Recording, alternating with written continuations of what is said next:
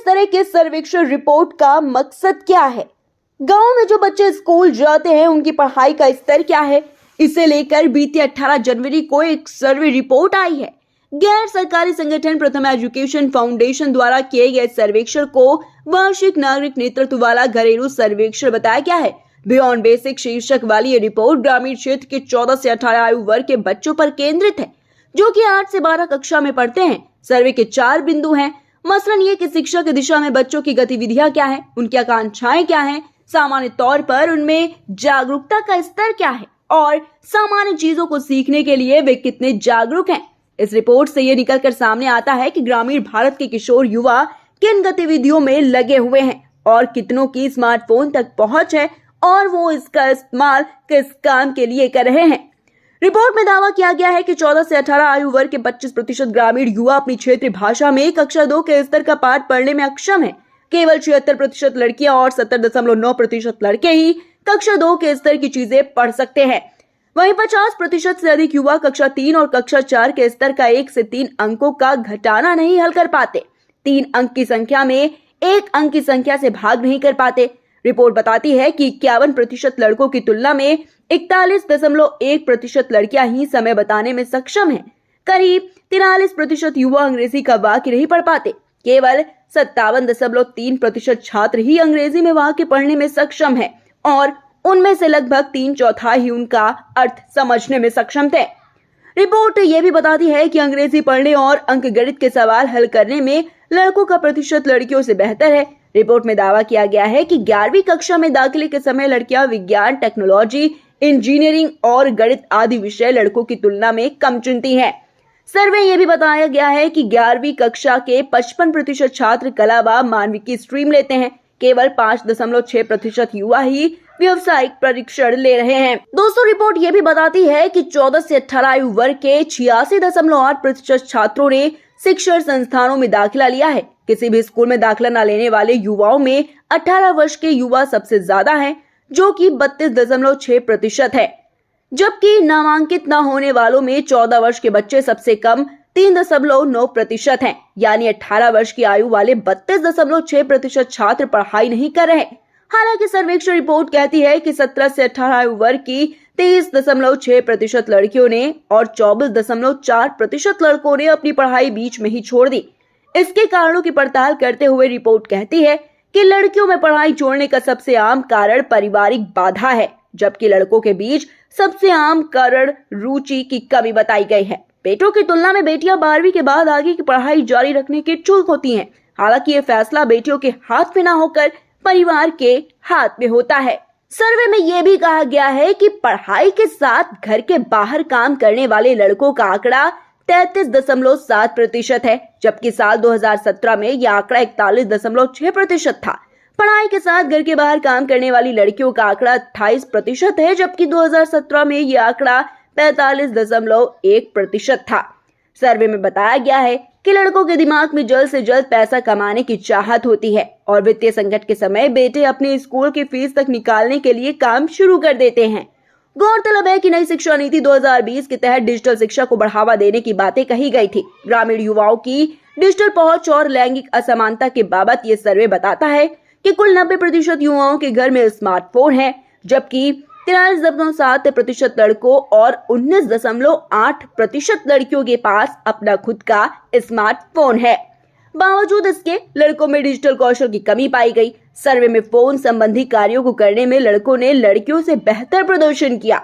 सर्वे में दावा किया गया है कि युवाओं के दिमाग पर सोशल मीडिया और स्मार्टफोन का असर ज्यादा है और 91% बच्चे सोशल मीडिया पर सक्रिय रहते हैं।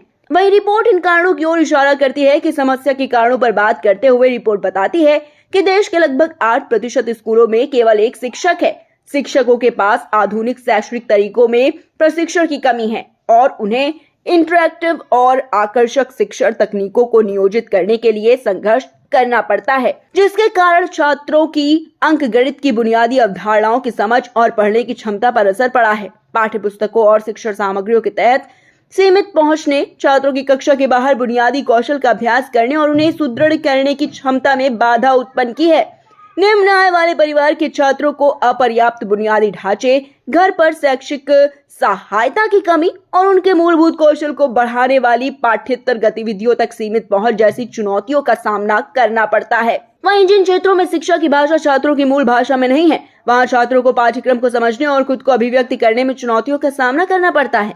वहीं आदिवासी क्षेत्रों के छात्र अंग्रेजी पढ़ने में दिक्कत महसूस करते हैं। सर्वेक्षण से पता चलता है कि स्कूलों में छात्र और शिक्षक दोनों ही उपस्थित स्तर जो है वो नहीं रहती है। यानी कि ये जो सर्वेक्षण है उसमें ये भी पता चलता है कि स्कूलों में छात्र और जो शिक्षक हैं दोनों की उपस्थिति जो है वो स्थिर ही बनी रहती है। वहीं बच्चों की उपस्थिति का आंकड़ा 72% है, जबकि शिक्षकों की उपस्थिति का जो आंकड़ा है वो 85% है।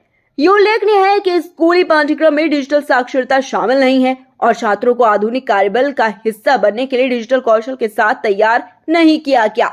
मूल्यांकन में मुख्य रूप से आलोचनात्मक सोच के बजाय याद रखने पर ध्यान केंद्रित किया गया है, जिसके कारण छात्रों में मूलभूत अवधारणाओं को समझने के बजाय रटने को प्राथमिकता दी गई है। यूनेस्को की report 2021 state for the education report in India no teacher no class भी दावा करती है कि भारत में 1,10,971 स्कूल ऐसे हैं जहां केवल एक शिक्षक हैं और इनमें 89% स्कूल ग्रामीण क्षेत्रों में है। हालांकि इस रिपोर्ट को केंद्र सरकार ने नकाराते हुए कहा है कि कुछ जिलों में सर्वे कर देश की तस्वीर पेश करना गलत है। ये रिपोर्ट 26 राज्यों के 28 जिलों के 1664 गांवों के 34,745 छात्रों से बातचीत पर आधारित है। वहीं सर्वे में उत्तर प्रदेश और मध्य प्रदेश के 2 जिले और अन्य राज्यों के एक जिलों को शामिल किया गया, जबकि देश भर में करीब 797 जिले हैं। गौरतलब है कि ये रिपोर्ट पहली बार साल 2005 में प्रकाशित की गई थी और अब तक कुल 16 रिपोर्ट आई हैं। इस तरह की रिपोर्ट पलायन को बढ़ावा देती है। प्रयागराज शहर के झोपड़पट्टियों में रहने वाले बच्चों की शिक्षा और हितों के लिए काम करने वाली सामाजिक कार्यकर्ता किरण कहती है, आप देखिए कि लगातार शहरों का विस्तार हो रहा है, शहर फैल रहे हैं, फैले हुए क्षेत्र में भी कॉर्पोरेट अपना विस्तार कर रहा है, वो अपने स्कूलों की शाखाओं का विस्तार कर रहे हैं। इलाहाबाद शहर में स्थित तमाम बड़े निजी स्कूलों ने अपने 3 से 4 ब्रांचेज महज 5 से 10 किलोमीटर के दायरे में खोले हैं, तो इनमें उन्हें बच्चे चाहिए। शहर में जितने बच्चे हैं उनके लिए तो पहले से ही स्कूल खुले हुए हैं और वो पर्याप्त हैं। रोज नए खुल रहे स्कूलों में बच्चे कहां से लाए जाएं? तो अब उनका टारगेट ग्रामीण इलाके के बच्चे हैं। किरण आगे कहती है कि इस तरह की रिपोर्ट समस्या का समाधान ढूंढने के बजाय समस्या को इतना ज्यादा प्रचारित करती है कि लोग प्राथमिक और माध्यमिक शिक्षा के लिए भी गांव से पलायन करके शहरों की ओर भागे। वहीं दूसरी ओर शहरों के वो स्कूल जिन्हें बड़े पूंजीपति चलाते हैं और जिनकी महीने की फीस 5 से 15,000 रुपए महीने है, जो शहर के सबसे अच्छे प्राइवेट स्कूलों में गिने जाते हैं। इन स्कूलों में प्रवेश परीक्षा के बाद ही बच्चों को एडमिशन होता है, यानी प्रवेश परीक्षा के जरिए वो तेज तर्रार बच्चों को फिल्टर करके ले लेते हैं। बावजूद इसके एक भी स्कूल ये गारंटी नहीं देता कि उसके यहाँ पढ़ाने वाले बच्चों को अतिरिक्त ट्यूशन या कोचिंग की जरूरत नहीं होगी। कहने का लबोलुआब ये की स्थिति थोड़ी कम ज्यादा करके हर जगह एक सी है। बस फर्क है तो ये कि ऐसे स्कूल कॉर्पोरेट चलाते हैं, इसलिए इन पर कोई सर्वे रिपोर्ट नहीं आती है। थोड़ा थोड़ा करके सरकारी स्कूल बंद कर रही सरकार। उत्तर प्रदेश जैसे बड़े राज्यों में प्राथमिक विद्यालयों की शिक्षा व्यवस्था शिक्षा मित्र जैसे संविदा कर्मियों के कंधों पर है, जो घोर सामाजिक असुरक्षा में जीते हैं। उन्हें बेहद मामूली और महज 11 महीने का वेतन दिया जाता है। इसके अलावा उनसे जनगणना, मतदान करवाने, पोलियो ड्रॉप पिलवाने, मंदिरों में रामायण और सप्तशती का पाठ करवाने, दिया जलाने जैसे काम करवाए जाते हैं। इस तरह वो अपनी सारी ऊर्जा और समय दूसरे कामों पर खर्च कर देते हैं। दूसरा कारण यह है कि नई शिक्षा नीति और आर्थिक नीति के तहत सरकार शिक्षा के बजट में कटौती करने के साथ ही सरकारी बुनियादी शिक्षा व्यवस्था को खत्म करना चाहती है। बीते 7 जनवरी 2024 को एक खबर प्रमुखता से छपी कि हरियाणा के विभिन्न जिलों के 832 स्कूलों को बंद कर दिया जाएगा।